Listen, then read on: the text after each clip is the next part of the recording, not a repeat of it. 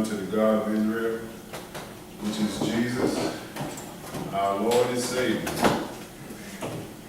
We'll get right to the lesson, give you the title. The title is Failure as a Christian. Failure as a Christian.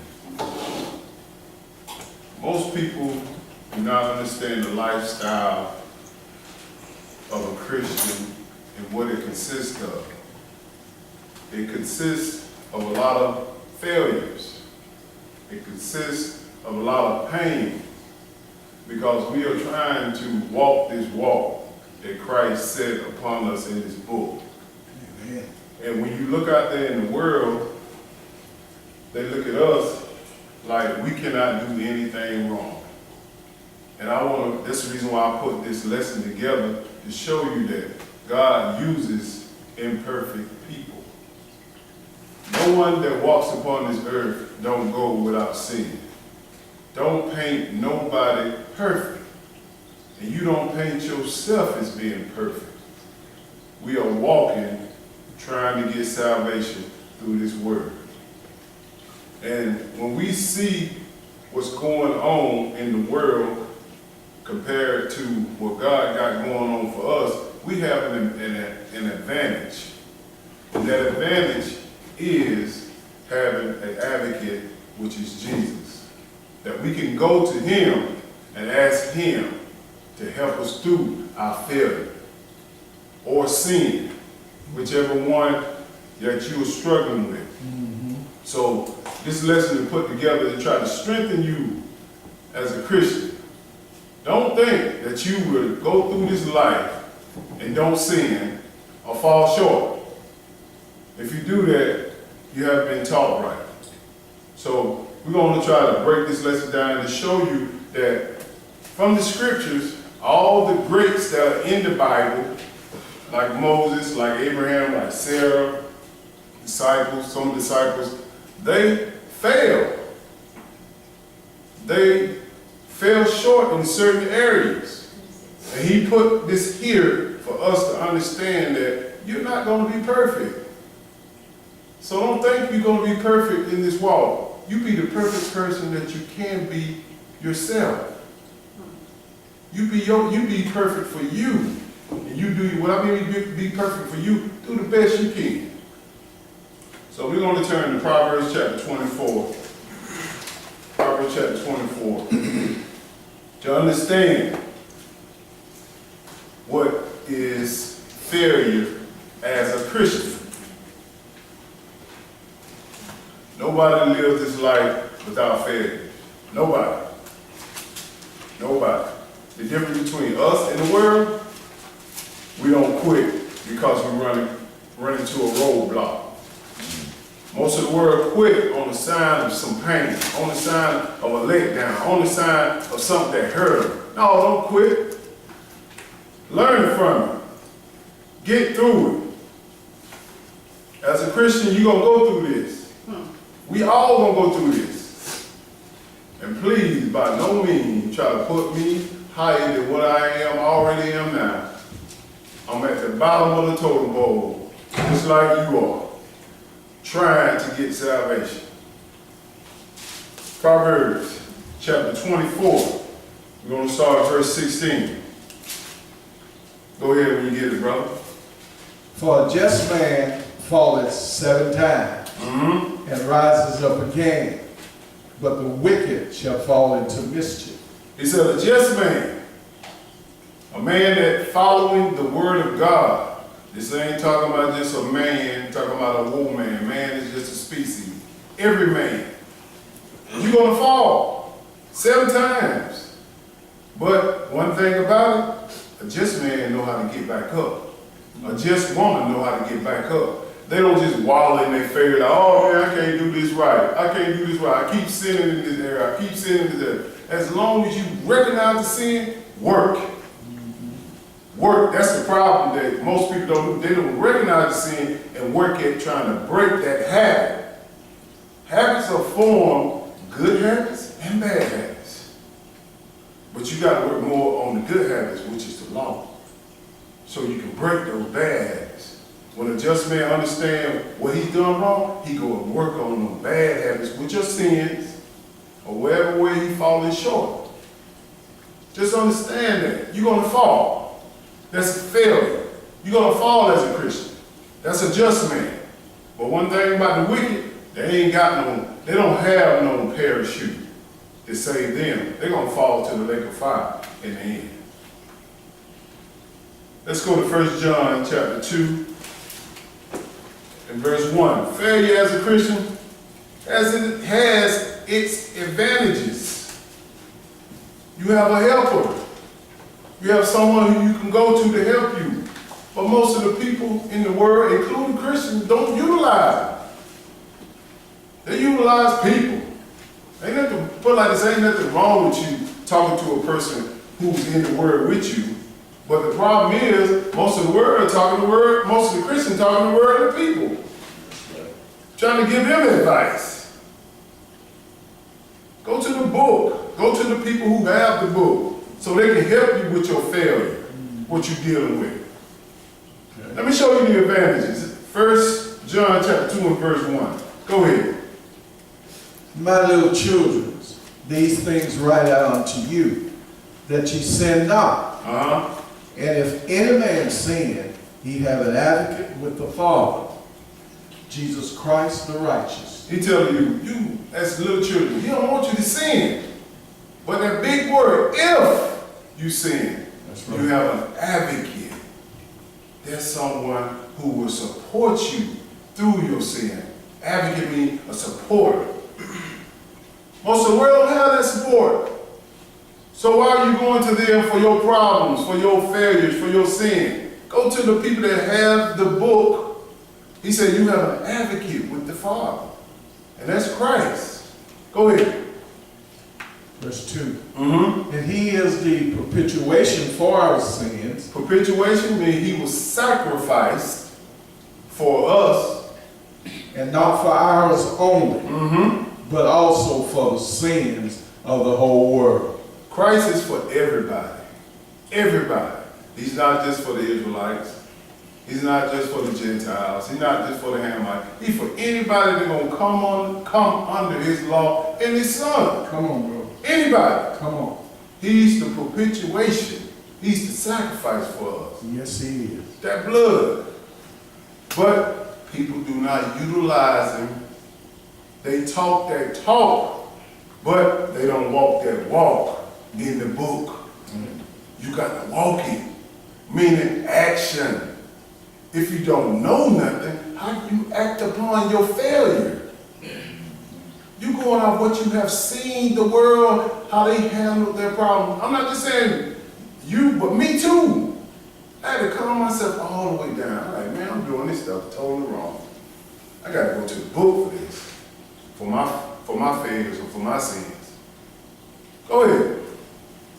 And hereby we do know that we know him, and we keep his commandments. That's it. Keep his commandments. You can't just say, oh, I'm going to keep the commandment because it's the Sabbath day, and then the rest of the day, I'm going to do whatever I want to do.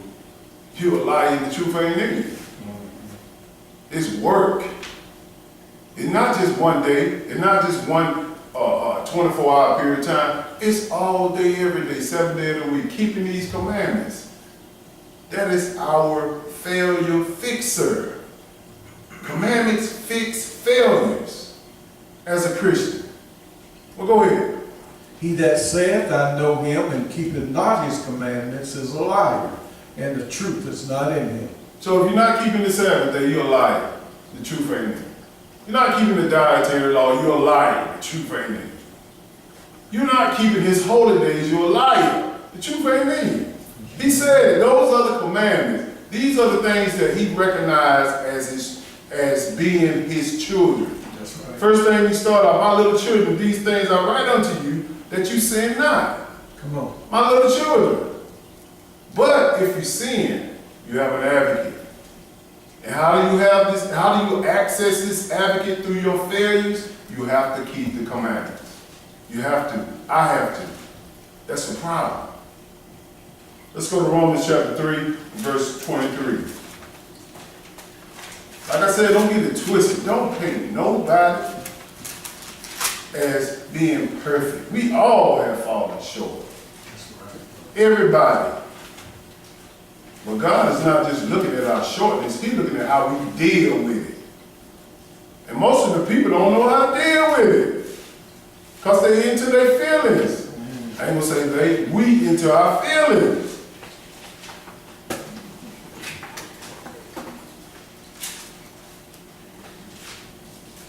Failure as a Christian, we gotta learn how to deal with this. Romans chapter 3, we're going to start at verse 23. We all have failed at one time or another. But most people don't know how to get out of that failure. Go ahead. For all have sinned and come short of the glory of God. How many is all? Ain't nobody left. All have.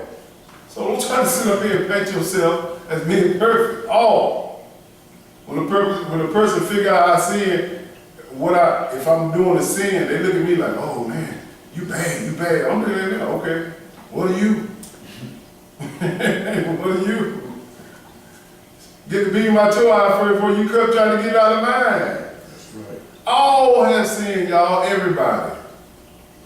So don't try to paint yourself on the level, a different level. Go ahead. Verse 24. Being justified freely by His grace through the redemption that is in Christ Jesus. That's the only way you're going to be justified. That's the only way you're going to get through your failures. Through Jesus Christ as a Christian. That's the only way. Go ahead. Whom God had set forth to be a perpetuation through faith Yes, sir. in His blood, Mm-hmm. to declare His righteousness for the remission of sins that are past, Mm-hmm. through the forbearance of God. He said, He's our perpetuation, sacrifice for our past sin, not future. Come on, bro. Make it plain. Oh, you know these people in these churches gonna tell you Jesus will forgive you for your past and your future. That's You're a lie. Make it plain, bro. He said, Past. past. Come on. He said, for a forbearance. If you had a student loan, you know what a forbearance is. That give you time to pay it. Time to get it right. He's the forbearance. Thank you, Lord. He's giving us time. But we only can get through these failures or these sins through the law. That's it. There's no other way. I wish it, I ain't gonna say I wish it would, but in my mind, in my flesh, I'm thinking like, man, I wish it was a different way. In my flesh. But no, it ain't no better way. It ain't no better way. Amen. Well, let's look at some people, some men and women who was in failure and how they handled the failure. Let's go to Genesis chapter 16. Genesis chapter 16. God given these scriptures for our examples. So we can go to these scriptures and these men and women of God and learn from them. But if you cut out reading the scriptures, you cut out your help. That's right, bro. Come on. You cut your help out. Amen. And we're going to go to our mother and father right here, who God chose to start the nation of Israel. Abraham and Sarah. We're going to look at their failures or their sins and how they handled those sins or those failures. Genesis chapter 16, we're going to start with verse 1. Go ahead. And Sarah, Abram's wife, bare him no children. And she had a handmaid, an Egyptian whose name was Hagar. So she had someone who working for a handmaid or a maid.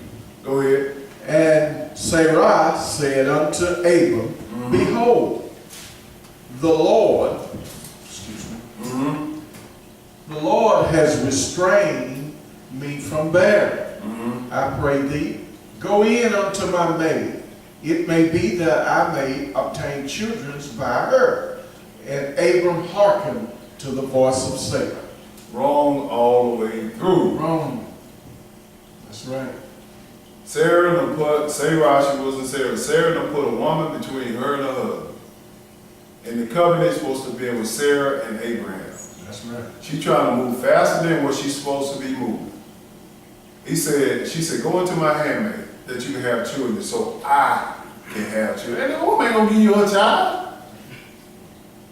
And she thought she could make it right because back then a woman, when she couldn't bear children, they feel less than a woman if she couldn't bear children. She wanted a child. Yes. So she tried to figure this thing out in her head.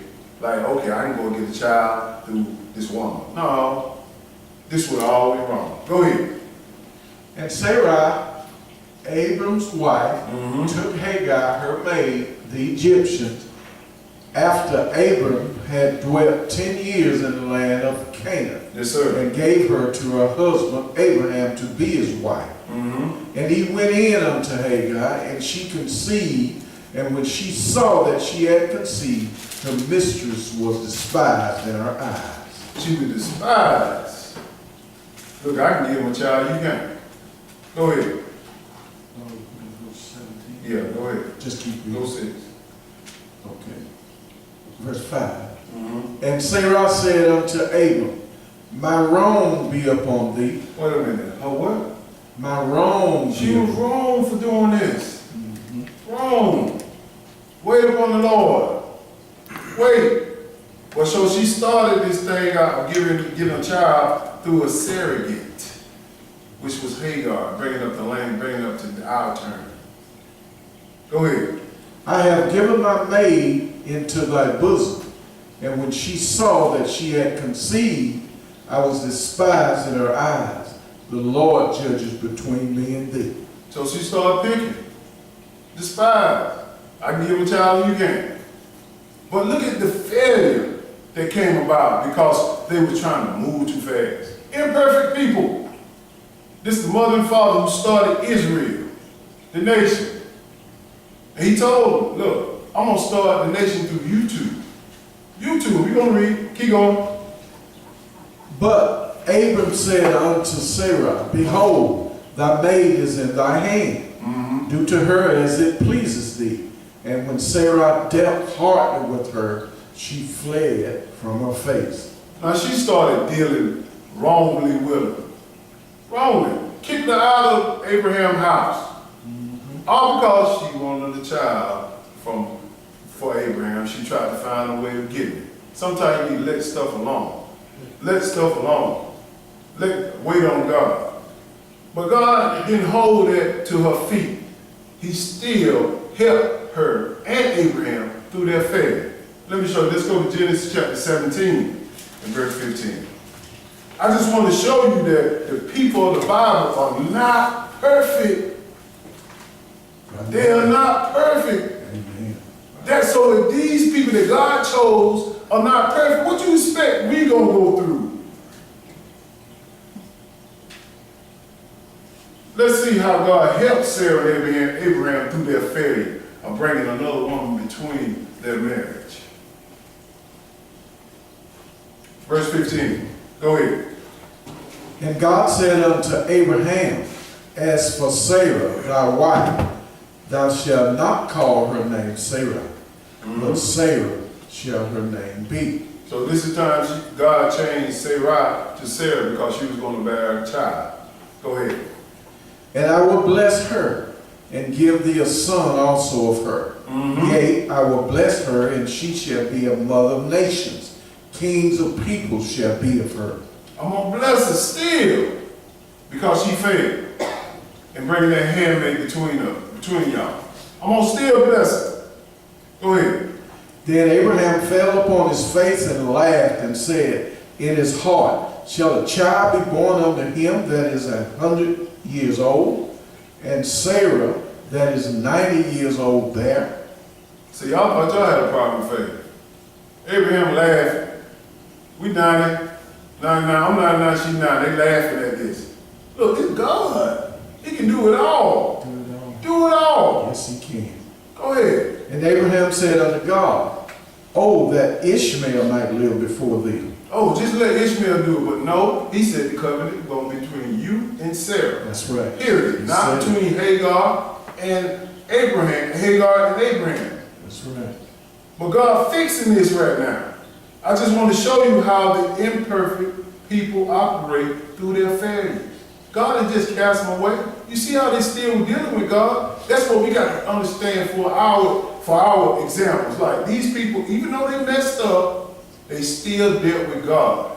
They didn't just turn their back on Him. And through this walk, you're going to experience all kind of failures, all kind of sin, all kind of letdown. But do not turn your back on God. Come on.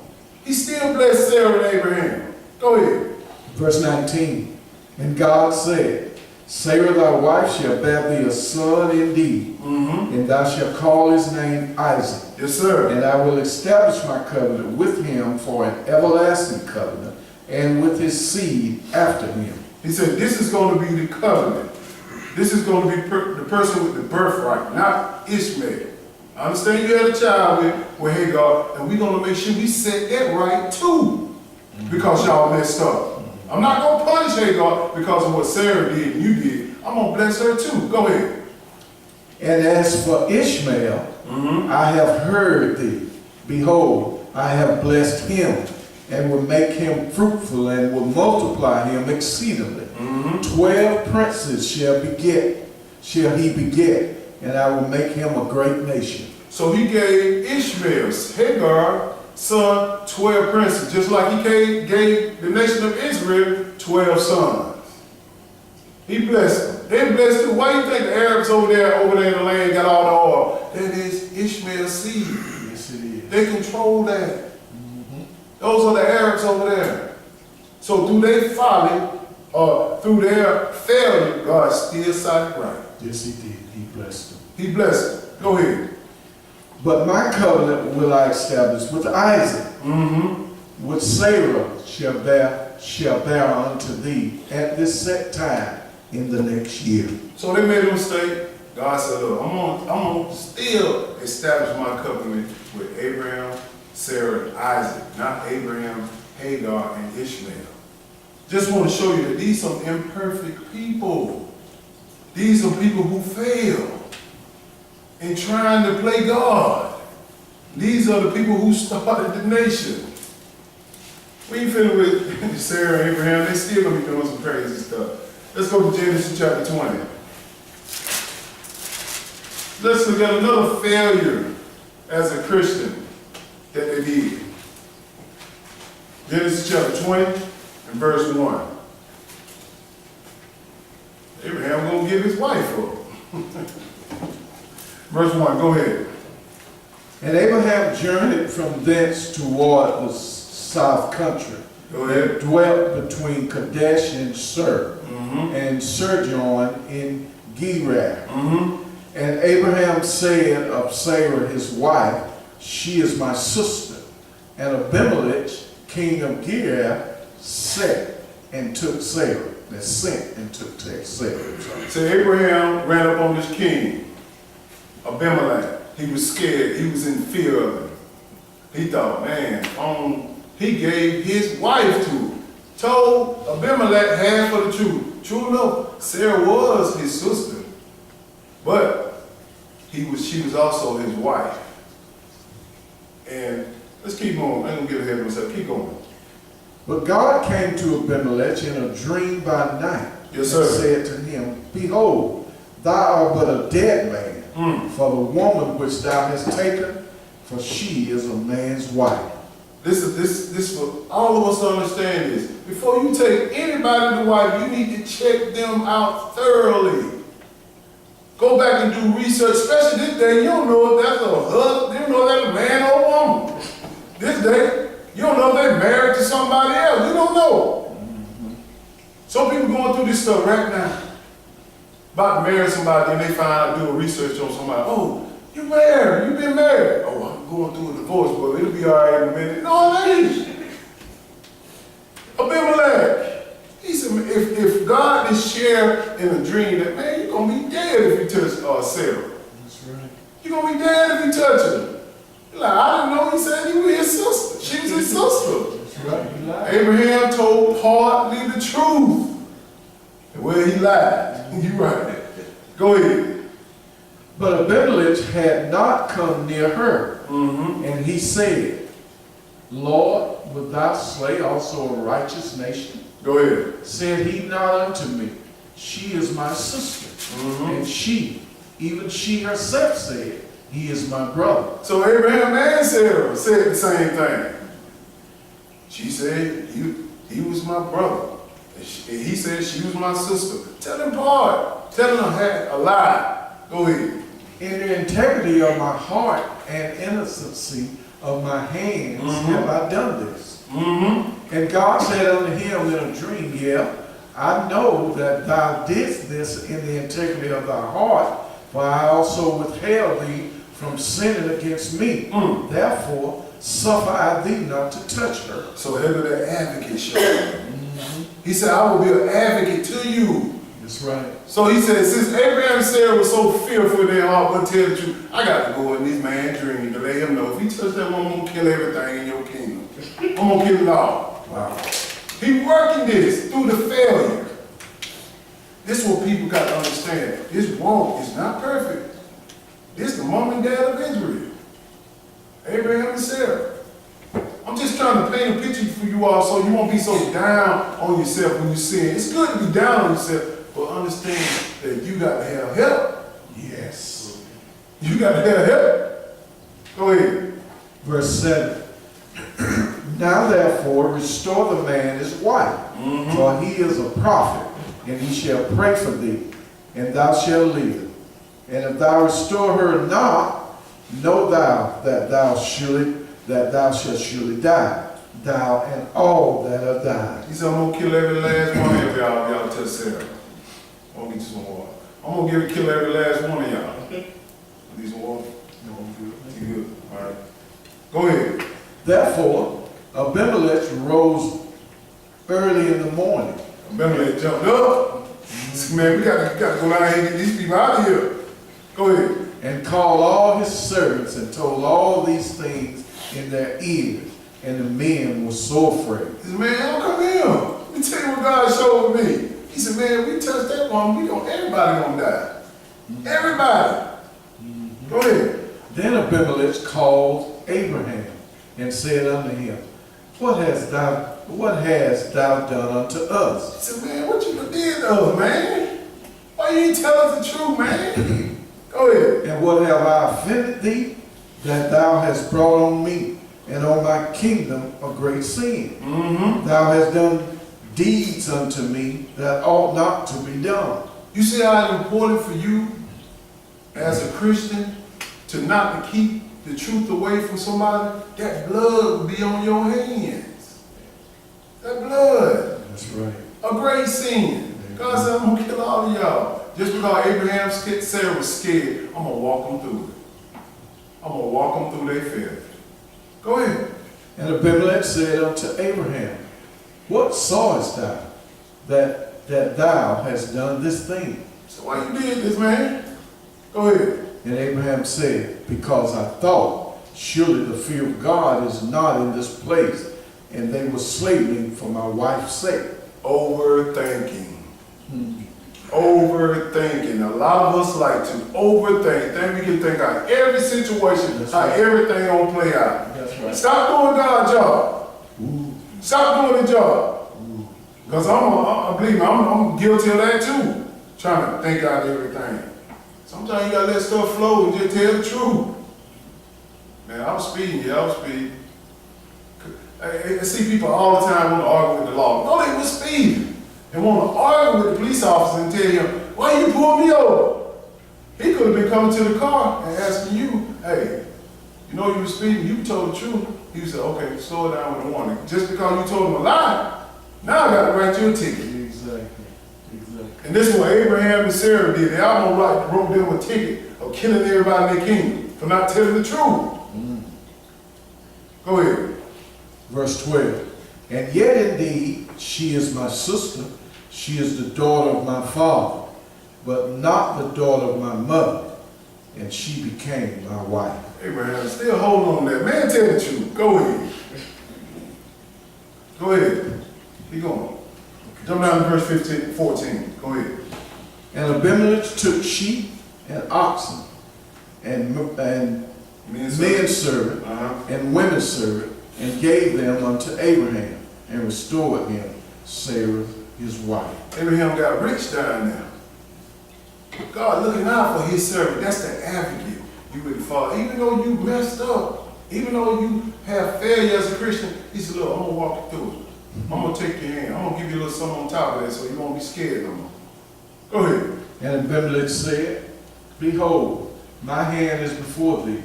Dwell where it pleases thee. Behold, my land is before thee. Dwell where it please thee. Meaning, whatever piece of land you got, you can have. If I got this land,